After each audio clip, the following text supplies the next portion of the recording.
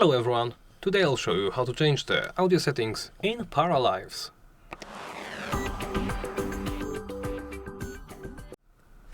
Let's begin by opening the settings.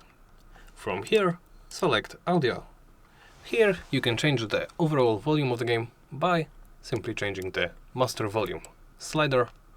It goes as low as 0 or as high as 100. Simply select any value on this gauge.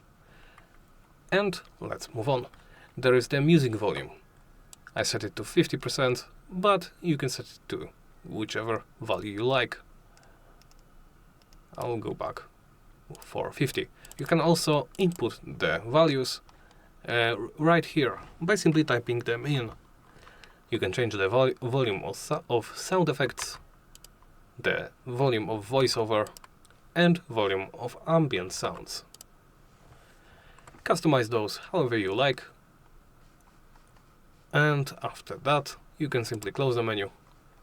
And that's about it. Thank you for watching, and please make sure to like, comment and subscribe.